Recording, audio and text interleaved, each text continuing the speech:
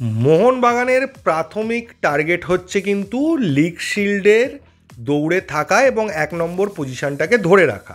এবার গতকাল বেঙ্গালুরু হেরে যাওয়ার ফলে কিন্তু মোহনবাগানের কিছুটা হলেও সুবিধে হলো, যার ফলে এটা দাঁড়ালো যে মোহনবাগানের সঙ্গে এই মুহূর্তে বেঙ্গালুরুর পয়েন্ট ডিফারেন্স হচ্ছে ৩।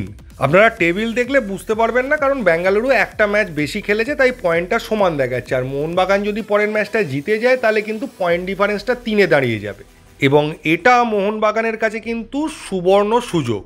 যদিও বিষয়টা ভীষণ টাফ, কারণ নর্থ ইস্ট যথেষ্ট শক্ত প্রতিপক্ষ, তার বিরুদ্ধে নিজেদের ঘরের মাঠে খেলাটাই যথেষ্ট টাফ, তার মধ্যে ওদের ঘরের মাঠে খেলতে হবে। আমাদের ডিফেন্সের একটা নয় দুটো প্লেয়ার নেই, তো পরিস্থিতি ভীষণ প্রতিকূল এবং কাজটা ভীষণ টাফ হতে চলেছে। এছাড়া কম ম্যাচ খেলার জন্য পাঞ্জাব এফসির পয়েন্টটা আমরা অনেকেই খেয়াল করছি না। পাঞ্জাব এফসি কিন্তু অ্যাকচুয়ালি এখন মোহনবাগানের পরেই রয়েছে, তারপর বেঙ্গালুরু আছে, কারণ ওরা অনেকগুলো ম্যাচ কম খেলেছে। মোহনবাগান পরের ম্যাচে ৩ পয়েন্ট নষ্ট করলে কিন্তু বেঙ্গালুরুর সাথে সমান সমান পয়েন্ট হবে ঠিকই, কিন্তু পাঞ্জাব এফসির থেকে মোহনবাগান কিন্তু আবার পিছিয়ে পড়বে ১ পয়েন্টে এবং বেঙ্গালুরুও পিছিয়ে রয়েছে এই মুহূর্তে। এবং মোহনবাগানকে কিন্তু এই ডিসেম্বর মাসে গোয়ার বিরুদ্ধে এবং পাঞ্জাব এফসির বিরুদ্ধে ম্যাচ খেলতে হবে এবং সেই দুটো ম্যাচ যথেষ্ট টাফ হতে চলেছে এবং এই দুটো ম্যাচ থেকে কিন্তু পয়েন্ট লুজ করার সম্ভাবনা একটা রয়েছে। তো সব দিক বিচার করে রাখলে নর্থ ইস্ট ম্যাচটা থেকে আমাদের পয়েন্ট আনাটা ভীষণভাবে জরুরি। সেটা যদি ৩ পয়েন্ট হয় তাহলে কিন্তু আমরা লিগ শিল্ডের দৌড়ে অনেকটাই এগিয়ে থাকবো। এবার অনেকে আগের দিনের ম্যাচ নিয়ে আমাকে প্রশ্ন করছিলেন যে গ্রেগ স্টুয়ার্টকে কেন এত পরে নামানো হলো, মলিনার কোনো বুদ্ধি নেই, মলিনা এত পরে চেঞ্জটা করলো, কেউ 85 মিনিটে চেঞ্জ করে, এই চেঞ্জটা তো 70 মিনিটেও করা যেত বা 60 মিনিটেও করা যেত। তো এই বিষয়টা নিয়ে আমি বলবো, দেখুন মলিনার কোচিং এবিলিটি সম্পর্কে আমাদের বিশাল কিছু ধারণা নেই এবং মলিনা যে বিশাল বড় মাপের কোচ সেটাও আমি বলছি না, কিন্তু তাকে এরকম ভাবারও কোনো কারণ নেই যেটা সমর্থকরা বুঝতে পারছে তিনি বুঝতে পারছেন না, তিনি বোকার মতো গ্রেগ স্টুয়ার্টকে 85 মিনিটে নামাচ্ছেন। বিষয়টা সেরকম নয়। গ্রেগ স্টুয়ার্টের সমস্যা ছিল, গ্রেগ স্টুয়ার্ট তার হাইয়েস্ট লেভেল খেলতে পারতো 10 থেকে 15 মিনিট, সেইটা বুঝেই কিন্তু মলিনা তখন নামিয়েছিল। এরকম কোনো কারণ নেই যে মলিনার বুঝতে দেরি হয়েছে তাই মলিনা 85 মিনিটে গ্রেগ স্টুয়ার্টকে নামিয়েছে, এটা ভাবা কিন্তু বোকামি হবে। দিমি কেন খেলতে পারছে না এটা নিয়ে অনেকে অনেক প্রশ্ন করেছেন, কিন্তু আপনাদের আমি অনেকবার বলেছি এটা নিয়ে আমি আলাদা করে দরকার হলে আবার ভিডিও দেবো। তাও আমি ছোট করে বলছি, আগের বার যখন খেলা হতো তখন 3-5-2 এর মধ্যে অ্যাকচুয়ালি 3-5-1 প্লেয়াররা নিজেদের পজিশানে খেলতো। এই 3-5-2 এর যে একজন এক্সট্রা প্লেয়ার সেটা ছিল দিমিত্রি, এবং দিমিত্রি ফ্রি রোল পেয়েছিল এবং সারা মাঠ জুড়ে সে খেলতে পারতো এবং ঠিক সময়ে গোলের কাছাকাছি মুহূর্তে ওঁত পেতেও বসে থাকতো, ও বলের সাপ্লাই পেলে ওখান থেকে শট করে গোল করে দিত এবং শট নেওয়ার পজিশন সব ও আগে থেকে মাথায় রাখত। কিন্তু 4-2-3-1-এ সেই অপশানটা নেই। এখানে যতজন প্লেয়ার খেলছে প্রত্যেকের একটা পার্টিকুলার রোল আছে, পার্টিকুলার পজিশান আছে, সেই পজিশানে তারা খেলছে। দিমিত্রিকেও এখানে খেলতে হলে দিমিত্রিকে সেন্ট্রাল অ্যাটাকিং মিডফিল্ডার পজিশানে খেলতে হচ্ছে, মানে গেমের মধ্যে পুরোপুরি ইনভলভ থাকতে হচ্ছে। সে ফ্রি স্পেস পাচ্ছে না যে সে নিজের মতো ঘুরে বেড়াবে, ওঁত পেতে থাকবে, ঠিক জায়গায় ঢুকে গিয়ে গোল করে দিয়ে চলে আসবে। সেইটা করার মতো সুযোগ এই মুহূর্তে টিমে নেই। এটা দিমিত্রির প্রবলেম নয়।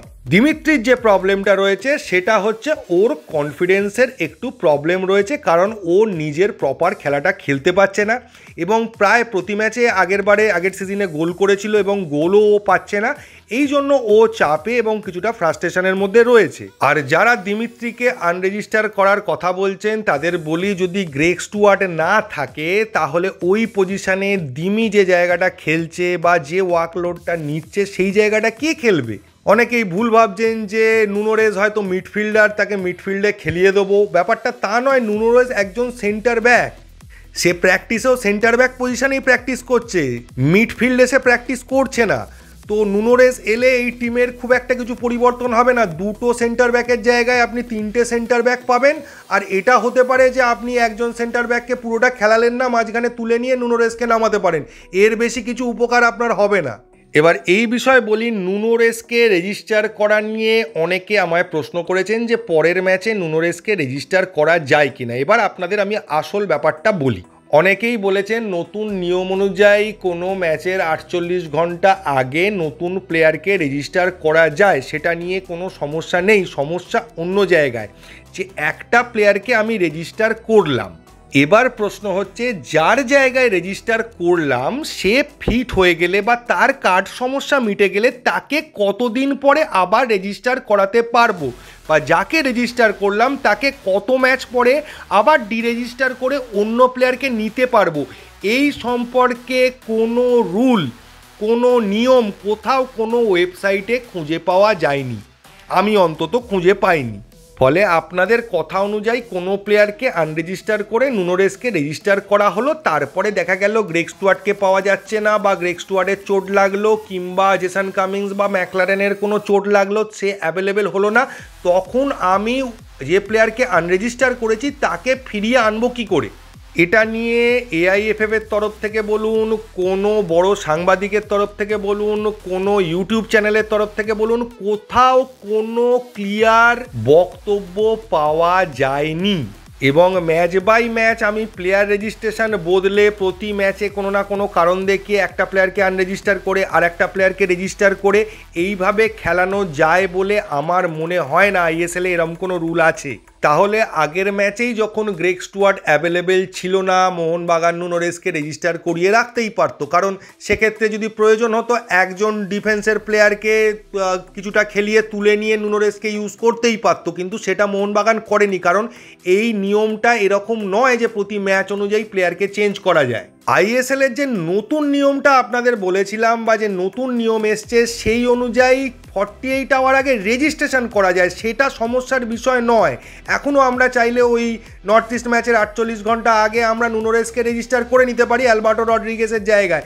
কিন্তু অ্যালবার্টো যদি সুস্থ মানে ওর যদি কার্ড সমস্যা কেটে যায়, এবার কোনো কারণে যদি নুনোরেস এবং টম অ্যালড্রেডের সমস্যা হয়, তখন ওকে কি করে ফিরিয়ে আনবো, তার কোনো অপশান, কোনো নিয়ম খুঁজে পাওয়া যাচ্ছে না। তো নুনোরেসকে রেজিস্টার না করতে পারার আসল কারণ কিন্তু এই নিয়মটা, যে ডিরেজিস্টার প্লেয়ারকে কবে রেজিস্টার করা যাবে, কতগুলো ম্যাচ পর কি নিয়ম আছে। এখন ক্লাবগুলো এবং ম্যানেজমেন্ট কিন্তু এই নিয়মটা জানে, তারা নিশ্চয়ই এফএসডিএল এর থেকে জিজ্ঞেস করেছে, আইএসএল কমিটির থেকে বা এআইএফএফ এর থেকে জেনেছে যে নিয়মটা কি আছে, সেটা তারা জানে বলেই করছে না।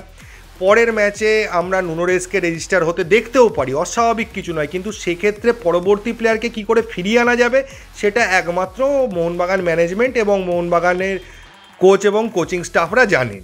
এখন এটা হতেই পারে যে নুনোরেসকে রেজিস্টার করে এই বছরের যে ডিসেম্বর মাসে 3টে ম্যাচ আছে, সেই 3টে ম্যাচ খেলে নেওয়ার পর আমাদের যে উইন্টার ট্রান্সফার উইন্ডো আছে তাতে আবার সাফেল করে নেওয়া যেতে পারে। আর গতকাল এবং আজকে মোহনবাগানের প্র্যাকটিস বন্ধ ছিল, আগামীকাল থেকে আবার প্র্যাকটিস শুরু হবে, নর্থ ইস্ট ম্যাচ মাথায় রেখে আবার প্রস্তুতি শুরু করবে মোহনবাগান।